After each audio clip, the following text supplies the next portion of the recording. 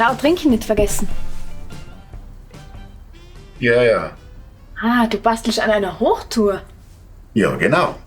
Wir machen eine Gletscherwanderung. Eine klassische Hochtour. Ein kombiniertes Felskratel. Und die da hinten machen eine Eiswandel. Und was macht der da? Der ist ein bisschen fehl am Platz, oder? Mein Gott. Dann halt nicht. Hochtouren sind sehr gefährlich. Die Touren sind meistens extrem lang und am Gletscher bist du oft extrem abgeschieden. Überall lauern die Alpinen Gefahren. Und das mit dem Klimawandel, das wird ja auch nicht besser.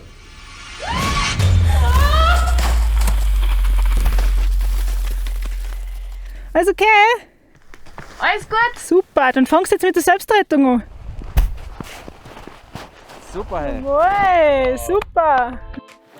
Hochtouren werden ganz unmittelbar mit der Gefahr des Spaltensturzes verbunden. Tatsächlich aber lässt sich das Risiko eines tödlichen Spaltensturzes durch eine konsequente Seilverwendung auf ein Minimum reduzieren. Die Haupttodesursache bei Hochtouren ist nicht der Spaltensturz, sondern der Absturz. Falsche oder gar fehlende Partnersicherung ist da die Hauptunfallursache. Durch konsequente und vor allem eine richtige Anwendung vom Seil ließen sich viele Unfälle auf jeden Fall vermeiden. Gletscherseilschaften sind nur für flaches oder mäßig steiles Gelände geeignet. Sobald aber Absturz bzw. Mitreißgefahr besteht, lösen wir die Gletscherseilschaft auf und greifen auf eine andere Sicherungsmethode zurück. Vor allem beim Übergang vom flachen ins steile bzw. vom leichten ins schwere Gelände passieren Unfälle aufgrund unklarer Sicherungsanforderungen oder auch aufgrund von Bequemlichkeit. Oft ist es nur der Mangel an Fitness und Geschicklichkeit oder auch realistischer Selbsteinschätzung und unzureichender Planung, denen ein Absturz zugrunde liegt. Mit ausreichendem Training im weglosen Gelände, guter Steigeisentechnik und Routine bei ausgesetzten Stellen ist man fürs nächste Abenteuer auf jeden Fall gut gerüstet. Bei Durchzug einer Kaltfront kann es in der Höhe zu erheblichen Neuschneemengen kommen, weil wir ohne Lawinennotfallausrüstung, dafür aber angeseilt unterwegs sind und auch keinen Lawinenlagebericht haben, müssen wir die Situation umso kritischer beurteilen. Wie viel Schnee ist in den letzten Tagen gefallen? Kam es zu Windverfrachtung oder Durchfeuchtung infolge von Sonneneinstrahlung und hoher Temperatur? Durch die hohen Temperaturen im Sommer entspannt sich die Gefahr in der Regel aber recht schnell. Zusätzlich zu den klassischen Lawinen gibt es auch Wächtenbrüche. Wächten bauen sich auf der windabgewandten Seite von Felsgraten kontinuierlich durch Schneeverfrachtung auf. Häufig brechen Wächten spontan, durch starke Erwärmung und Durchfeuchtung oder durch Zusatzgewicht. Wächtenbrüche können ganze Seilschaften mit in die Tiefe reißen. Sie sind mit Personenbeteiligung zum Glück sehr selten, verlaufen dann aber häufig tödlich. Wichtig ist deshalb eine gute Spurwahl und möglichst viel Abstand zur Wächtenkante. Die Bruchlinie von Wächten liegt oft mehrere Meter vom Wächtenrand versetzt. Eislawinen werden in Gletscherbrüchen sowie an Hängegletschern von abbrechenden Eistürmen, sogenannten Seracs, ausgelöst. Sie hängen nicht mit der vorherrschenden Temperatur oder Sonneneinstrahlung zusammen, sondern mit der Bewegung des Gletschers. Eislawinen können demnach zu jeder Tages- und Nachtzeit abbrechen und sind folglich schwer einzuschätzen. Wir vermeiden betroffene Bereiche durch genügend Abstand bzw. queren gefährliche Passagen so schnell wie möglich. Durch die voranschreitende klimabedingte Ausapperung von Eiswänden und Rinnen sowie die Auflösung von Permafrost müssen wir auf Hochtouren vermehrt mit Steinschlag und Felsstürzen rechnen.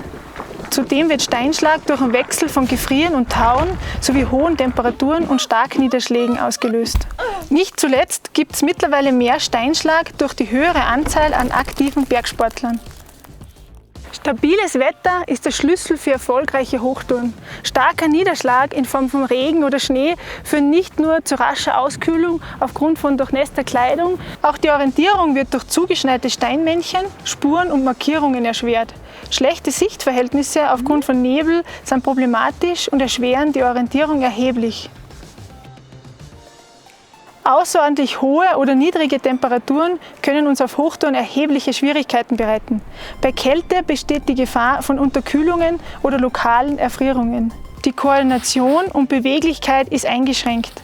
Das Handling von gefrorenen Karabinern und Seilen mit Handschuhen wird zusätzlich erschwert. Im Gegensatz dazu benötigen wir bei Hitze mehr Flüssigkeit. Aufstiege in der prallen Sonne können durch Erschöpfung und Dehydrierung zur Folter werden. Bei starkem Wind wird die Auskühlung beschleunigt.